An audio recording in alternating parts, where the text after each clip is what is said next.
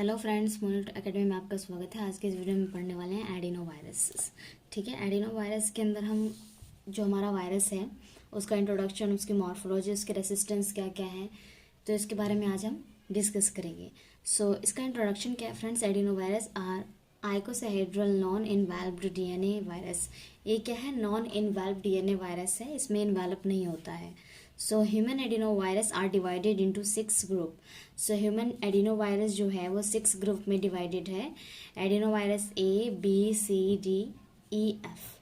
Based on their physical, chemical and biological properties with many serotypes in each groups।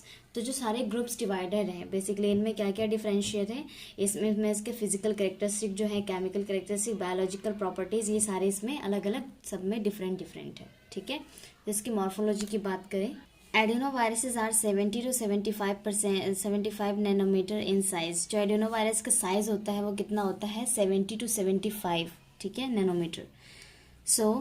The capsid is composed in 252 capsomers, arranged as an icosahedron with 20 triangular facets and 12 ventricles। क्या है कि कुछ इस तरीके से arrange होते हैं friends, आपने देखा होगा। मैं आपको शुरू दिखाती हूँ। फ्रेंड्स, ये मॉर्फोलॉजी ऑफ एडिनो वायरस आप देख सकते हैं। एडिनो वायरस कुछ इस तरीके का दिखता है। आप इसका स्ट्रक्चर देख सकते हैं।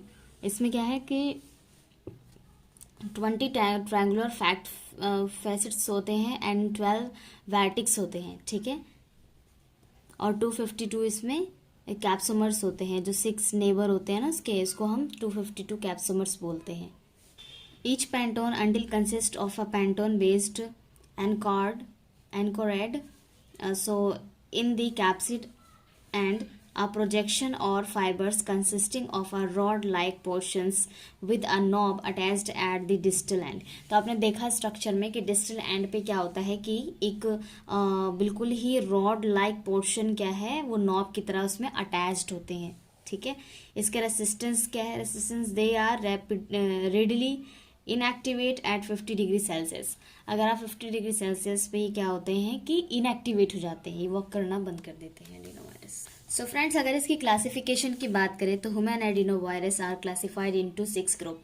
इसको 6 ग्रुप में डिवाइड किया हुआ है। Also called sub groups of sub genera. इसको इसमें सब ग्रुप्स हैं और उसके सब जेनरा भी इंक्लूडेड हैं। Based on properties such as hemagglutination, fiber length, DNA fragment analysis and oncogenic potential. तो इन सारे बेसिस पे क्या है, इनको क्लासिफाई किया गया है, जितने भी 6 ग्रुप्स हैं। Pathogenicity, adenovirus cause infections of the respiratory tract, eye, bladder and intestine। तो एडिनोवायरस कहाँ का इन्फेक्शन कॉज करता है? हमारे रेस्पिरेटरी ट्रैक में इन्फेक्शन कॉज करता है, एंड हमारे आई में, एंड ब्लैडर एंड इंटेस्टाइन के अंदर ये क्या है, इन्फेक्शन कॉज करता है। The following syndromes have been recognise. तो काफ़ी ऐसे सिंड्रोम्स हैं जो रिकॉग्नाइज किए जा सकते हैं एडिनोवायरस के केस में। फर्स्ट है हमारा pneumonia. Adenovirus type 3 and 7 are associated with pneumonia is adult resembling primarily atypical pneumonia.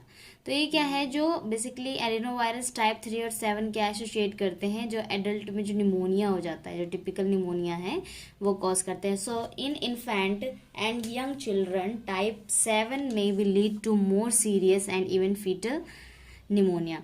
तो क्या होता है कि ये जो यंग चिल्ड्रंस में और इन्फेंट में, या फिर कह सकते हैं कि जो फीटल्स होते हैं, उनमें निमोनिया कॉज करने के लिए ये रिस्पॉन्सिबल होते हैं। एक्यूट रेस्पिरेटरी डिजीज, इसको हम शॉर्ट फॉर्म में ARD भी बोलते हैं। This occurs usually as outbreaks in military circuit. तो क्या है कि ये क्या करते हैं, जो हमारे रेस्पिरेटरी डिजीज है, जो एक्यूट रेस्पिरेटरी डिजीज है, क्या करते हैं, आउटब्रेक कर देते हैं हमारे मिलिट्री सर्किट्स को। मिलिट्री सर्किट्स वो होते हैं फ्रेंड्स, जो हमारे इम्यून सिस्टम होते हैं, जिनको क्या करते हैं, ये ब्रेक कर देते हैं, जिसकी वजह से हमें एडिनोवायरस हो सकता है। कह सकते हैं diarrhoea. Diarrhoea, adenovirus can often be isolated from faeces. हम एडिनोवायरस को फेसेस में भी आइसोलेट कर सकते हैं friends. Connection of the intestinal disease has not been conclusively established. तो क्या होता है कि ये इंटेस्टाइनल डिजीज भी है, तो हम इसको फेसेस के थ्रू डायग्नोस कर सकते हैं। अगर हम लैब टेस्ट की बात करें तो tissue culture, electron microscopy, PCR based test.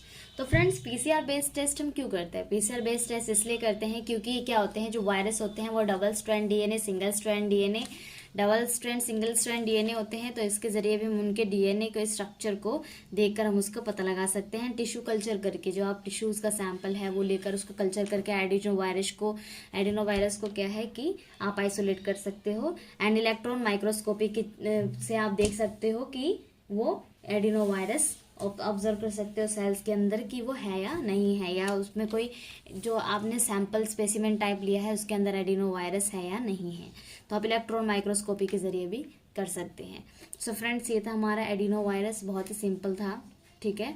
सो इसके रिगार्डिंग क्वेश्चन है तो आप कमेंट बॉक्स में जरूर पूछ सकते हैं। सो फ्रेंड्स वीडियो अच्छी लगी तो लाइक कीजिएगा, फ्रेंड्स को शेयर करना मत भूलिएगा, चैनल को सब्सक्राइब करिए। फ्रेंड्स मिलते हैं नेक्स्ट वीडियो में। Thank you so much.